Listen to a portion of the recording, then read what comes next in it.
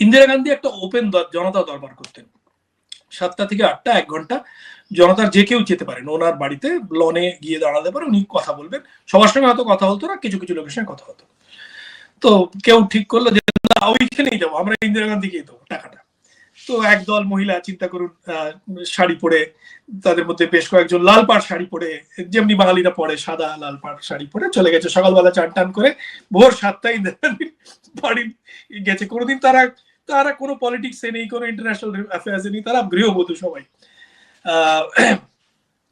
তো ইন্দিরা গান্ধী দূর থেকে, ওনাদের হয়তো চান্সই আসতো না ইন্দিরা গান্ধীর সঙ্গে কথা বলা, কিন্তু দূর থেকে দেখেছেন মহিলারা দাঁড়িয়ে আছে, আর দেখেছেন ওদের মধ্যে সবাই শাড়ি পরা, এক একজন লাল পাড় শাড়ি। উনি নিজে শান্তিনিকেতনের শিষ্য ছিলেন এবং সেই জন্য লাল পাড় শাড়িটা ওনার মাথার মধ্যে সবসময় থাকে। উনি নিজে ওখানকার ইউনিফর্মই লাল পাড় শাড়ি। উনি ওখান থেকে হেঁটে বাকি অনেকজনকে পার করে ওখানে চলে এলেন। এবং আমার মা বোধহয় তখন সেক্রেটারি ছিল সেই কমিটিটার, এবং মাকে সোজা সম্বোধন করলেন লাল পাড় শাড়ি দেখে, ভাবলেন নিশ্চয়ই বাঙালি। এবং মা বলে সম্বোধন করলেন, যদিও মা বয়সে অনেক ছোট ওনার থেকে।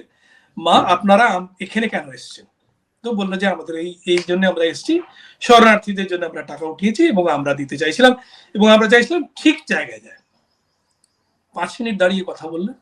প্রত্যেকটা মহিলা যারা যারা ছিল, আজ অব্দি, আমার মা এখন বিগত হয়েছে, তার বান্ধবীরা এখনো জীবিত আছে, কেউ কোথাও কেউ কোথাও, বিভিন্ন স্টেটের লোক, কিন্তু তারা কেউ সাউথ ইন্ডিয়ান, কেউ কিন্তু ইউপির, কেউ দিল্লির পুরনো যে মুসলমান পরিবার, যেগুলো খুব যাকে আমরা বলি মির্জা ফ্যামিলি, সেরকমের, তারা এখনো ইন্দিরা গান্ধীর ভক্ত রয়েছে ওই 5 মিনিটের কথার জন্য। হেসে 5 মিনিট নিজের, অ্যামেজিং, মানে অ্যামেজিং।